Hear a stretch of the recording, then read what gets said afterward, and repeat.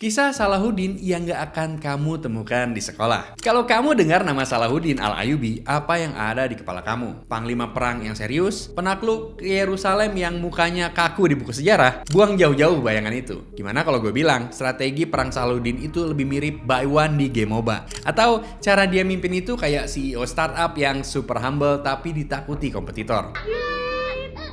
Kita bakal bongkar kisah Salahuddin yang gak bakal kamu temuin di sekolah. Kisah seorang pahlawan yang ternyata punya selera humor dan trik-trik jenius yang masih relevan banget sampai sekarang.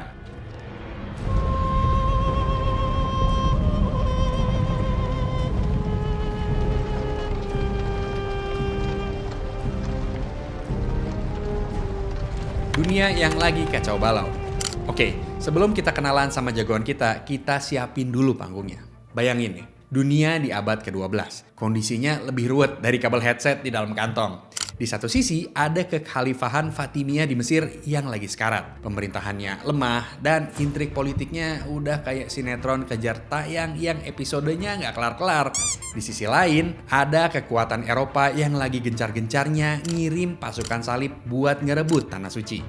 Singkatnya, kondisi umat Islam pada saat itu lagi pecah banget. Para pemimpin sibuk sama urusan masing-masing, konflik internal di mana-mana, dan harapan itu udah kayak kuota internet di tanggal tua. Suka tiba-tiba habis.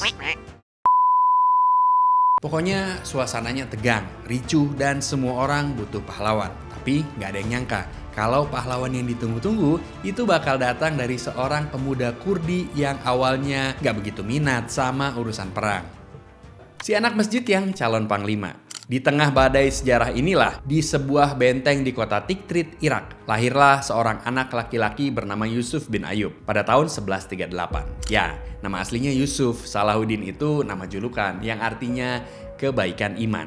Jangan bayangin Tikrit itu kayak nama aplikasi filter foto ya. Ini kota beneran. Ironisnya, kelahiran Salahuddin ini konon dianggap sial sama ayahnya, Najmuddin Ayyub.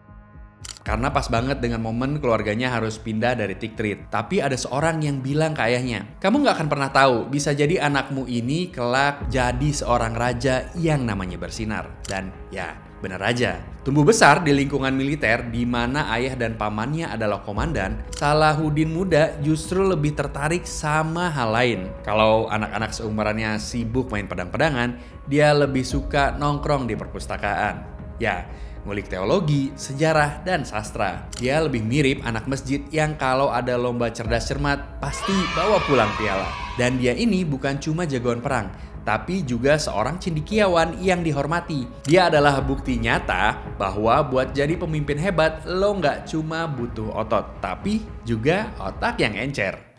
Magang di Mesir langsung jadi CEO. Titik balik hidup Salahuddin datang pas pamannya yang jagoan perang, Asahuddin Syirkuh, ngajak dia buat ikut ekspedisi militer ke Mesir. Misinya adalah ngebantu kekhalifahan Fatimiyah yang lagi goyang buat ngelawan serangan pasukan salib. Awalnya Salahuddin ini agak mager, dia lebih cinta ketenangan belajar daripada pusing perang. Tapi namanya juga takdir, dia akhirnya berangkat juga. Di Mesir, situasi politiknya benar-benar liar, perebutan kekuasaan di mana-mana. Tapi di tengah kekacauan itu, Syirkuh dan Salahuddin berhasil nunjukin kemampuan mereka dan sukses mempertahankan Mesir. Atas jasanya, Syirkuh diangkat jadi wazir atau perdana menteri. Tapi plot twist, baru 2 bulan menjabat, Syirkuh meninggal dunia.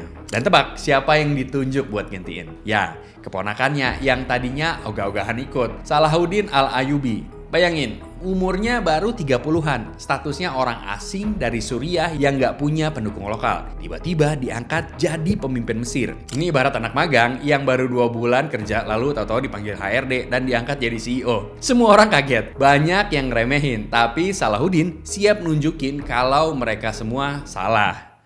Beres-beres kantor baru. Begitu dapat jabatan wazir Mesir, Salahuddin gak buang-buang waktu. Dia langsung gercep buat beres-beres kantor barunya. Mesir waktu itu lagi sakit parah, ekonominya hancur, administrasi berantakan, dan korupsi di mana-mana. Salahuddin memulai program reformasi gede-gedean. Pertama, dia rombak sistem keuangan, benerin sistem pajak biar nggak nyekek rakyat, dan muter lagi roda perdagangan. Kedua, dia bangun ulang kekuatan militer, membentuk pasukan profesional yang loyal ke Salahuddin. Ini penting, soalnya sebelumnya dia nggak punya kontrol penuh atas tentara lokal. Tapi gebrakan paling dasarnya adalah di bidang ideologi. Dia pelan-pelan tapi pasti mengganti paham Syiah yang dianut dinasti Fatimiyah dengan paham Sunni. Dia mendirikan banyak madrasah dan sekolah untuk menyebarkan ajaran Sunni, mengubah Al-Azhar yang tadinya pusat Syiah jadi pusat pembelajaran Sunni. Intinya, Salahuddin nggak cuma jadi pemimpin politik, tapi juga reformis sosial dan agama. Dia membangun fondasi yang kuat. Bukan cuma buat nahan serangan dari luar, tapi juga buat nyatuin rakyatnya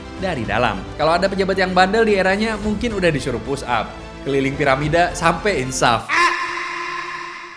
Menyatukan server Syam dan Mesir. Setelah kantor di Mesir beres, tantangan berikutnya muncul. Atasan Salahuddin sekaligus mentornya, Nuruddin Zanki, penguasa Suriah, meninggal dunia pada tahun 1174. Kekuasaannya langsung jadi rebutan para jenderal, bikin wilayah Syam, yang sekarang Suriah dan sekitarnya, pecah lagi. Disinilah jiwa kepemimpinan Salahuddin benar-benar diuji. Dia diharapkan pada pilihan, mau jadi Sultan Mesir doang dan hidup enak, atau nekat nyatuin semua kubu yang lagi pada berantem. Dia milih yang kedua. Dengan modal nama baiknya sebagai pelindung Islam Sunni, dia gerak ke Damaskus, Aleppo, dan Mosul. Caranya nggak asal serbu, tapi pakai kombinasi pinter antara kekuatan militer dan lobby-lobby politik. Dia meyakinkan para pemimpin lokalnya bahwa persatuan adalah satu-satunya cara ngadepin ancaman pasukan salib yang sesungguhnya. Prosesnya nggak gampang, banyak yang ngelawan, tapi satu persatu wilayah berhasil dirangkul di bawah kepemimpinannya. Dia seolah-olah jadi ketua RT++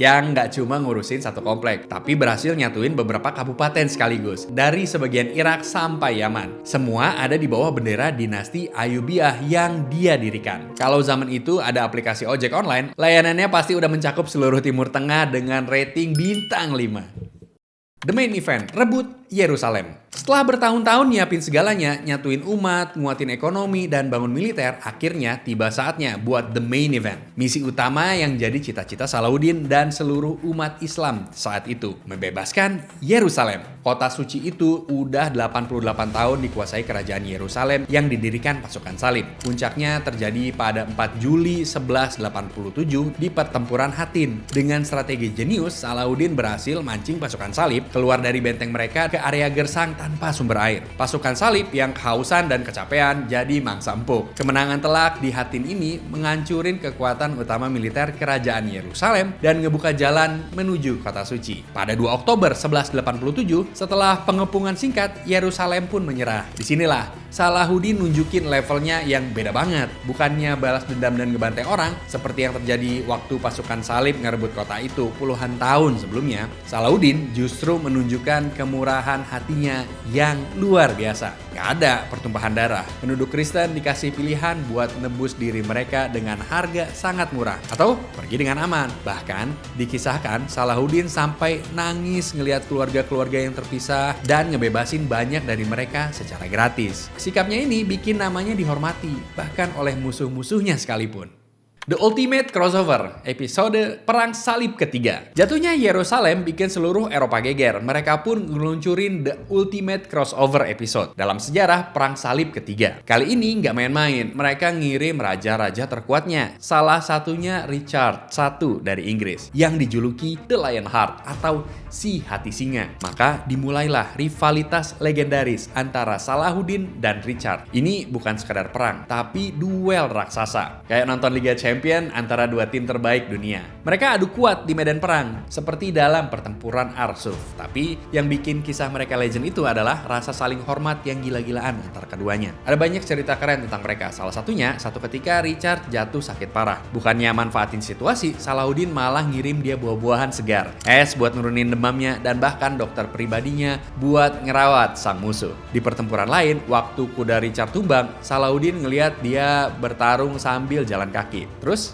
apa yang Salahuddin lakuin? Dia ngirim 2 ekor kuda pengganti yang gagah. Karena menurutnya seorang raja itu nggak pantas bertarung tanpa kuda. Kalau mereka hidup di zaman sekarang mungkin udah saling follow di Instagram, sesekali nge-DM. Bro, strategi lo kemarin keren gila, tapi lain kali gue yang menang ya. Mungkin kayak gitu kali ngobrolannya. Ini adalah level sportivitas tinggi dalam sejarah perang.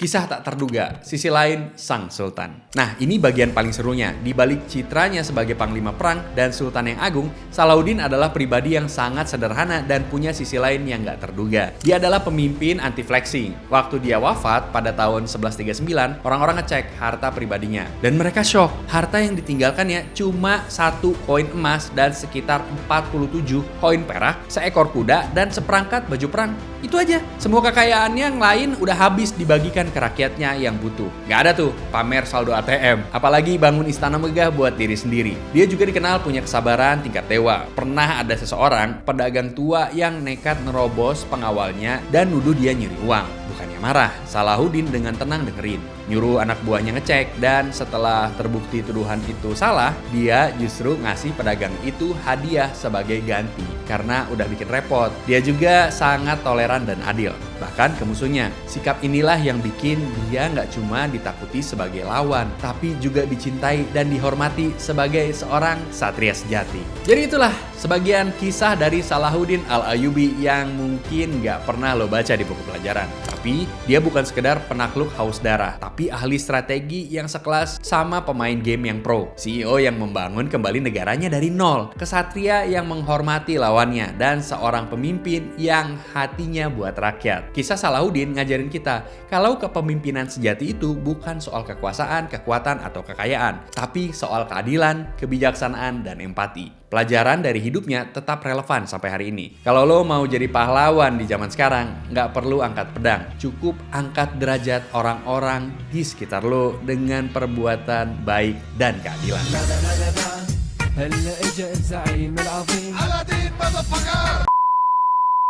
Kalau kamu suka cerita sejarah yang dibongkar seru kayak gini, jangan lupa pencet tombol like, share video ini ke tongkronganmu, dan yang paling penting, subscribe channel ini plus nyalain loncengnya, biar kamu nggak ketinggalan episode-episode epic selanjutnya. Terima kasih udah menonton. Ikuti terus petualangan kami mengungkap tabir misteri dari sisi lain dunia di Another Side.